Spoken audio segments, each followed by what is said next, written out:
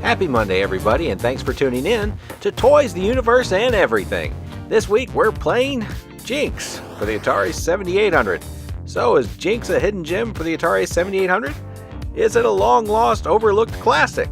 Or is it a waste of a cartridge shell that barely qualifies as a game? Well, like, subscribe to the channel, hit the notification bell, and let's explore an alien world by batting a ball around with our paddle-shaped spaceship. Yeah, I just said that.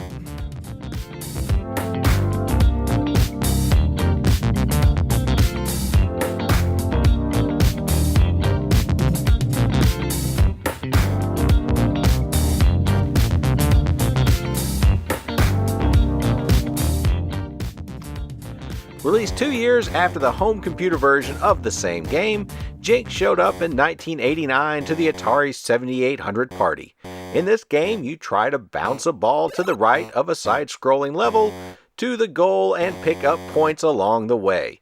There are a few hazards on each level that you must avoid that can either eat your ball or damage your paddle. Spaceship? Racket. Whatever.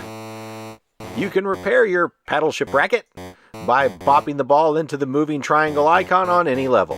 You move around the screen independently of your space ball thing, but can only finish the level by getting the ball to the end and into the goal icon, the spinning ball thing. At the end of each level is an interlude where you must bop the space ball into the icon for one of the only 4 levels in the game, where you must do it all again. Because Atari, we are all graced with another classic tale from video game land. You are wandering the wondrous fields and forests of the planet JINKS. Everywhere you look, you see strange shapes, shadows, and apparitions. A magic ball bounces before you. Something tells you that your paddle ship could control the ball's path and unlock the secrets of the planet. Something tells me Atari's drug culture didn't end with the Tramiel buyout. Graphically, drugs are bad, kids. I know this game doesn't have the winners don't do drugs attract screen that we all remember from the arcade classics of the time, but to me, this entire game is a winners don't do drugs ad. The title screen looks like scrap paper doodle from a substance abuser's notebook. I mean, what is that bird all about? He isn't even in the game. Am I the green bird? Are they the native inhabitants of the planet? Am I hallucinating the green bird? Is that the dadgum green bird from Karateka returned to laugh at me again? I hate you, green Atari bird. If you were going to show up on my Atari again, it should have been in Barnyard Blaster so I could finally give you what you deserve. Okay, compose myself. Graphically, JINKS is very obtuse, vague. Can a game be visually vague?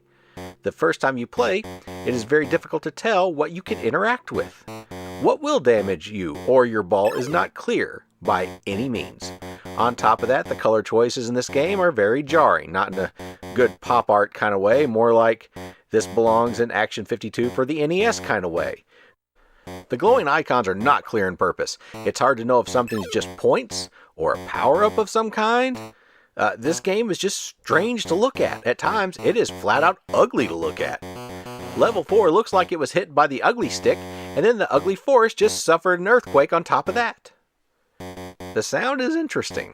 I can hear some borrowed voices and noise from Clacks and Gauntlet in there, but most of the game is just annoying 2600 level, bleeps. It is neat to hear that synthesized voice for, 0.5 seconds at the title screen, but don't get your hopes up.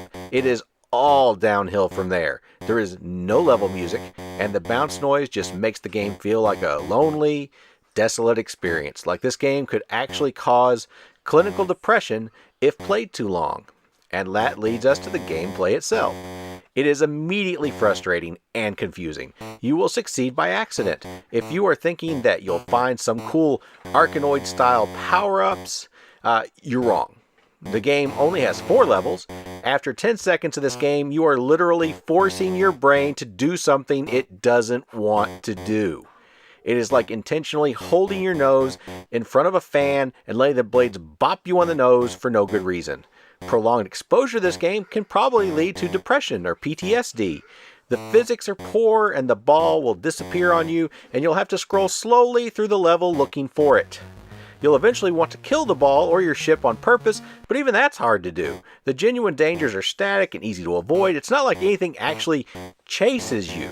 I see that someone wanted to make the Wally Ball equivalent to Marble Madness, but all we got was Atari's Action 52 minus 51 other games. So do you need Jinx? I mean, owning this game is like a curse. Like out of a movie, you know, like some wise old man at a shop will warn you about it, but you bring it home anyway, not understanding the ruin you put upon yourself and your family. If you want a game like Action 52 to show your friends something just ironically awful on the Atari 7800, here you go. You don't need mind-altering drugs when you have a video game that simulates what doing mind-altering drugs is like in video game form. You're just kind of bouncing everywhere. You don't know what anything means. Life is represented in abstract, and the colors, man, the colors. The craziest thing to me is this game came out 2 years prior on home computers, and after ruminating on it for 2 years, someone said, sure, let's do that game again. Toki gets canceled. Jinx comes out. Road Riot gets canceled. Jinx comes out. Pit Fighter gets canceled. Jinx comes out. Rampart, Missing in Action, Clax, and who knows what else was shoved in a drawer somewhere at Atari, but Jinx gets released. Do you need this game? Only if you're trying to prove mental illness to get on disability or for a legal defense. As a game, no, you don't need it. So anyway, I hope you enjoyed this video, and no matter what your questions are about toys, the universe, and everything, remember, the answer is always to have fun, and winners don't do drugs or play Jinx. Thank you everybody for watching this video. I really do appreciate you spending time with me. If you want to help me do more, please like and subscribe and share, and let me know in the comments what kind of videos you're interested in. Until next time, everybody.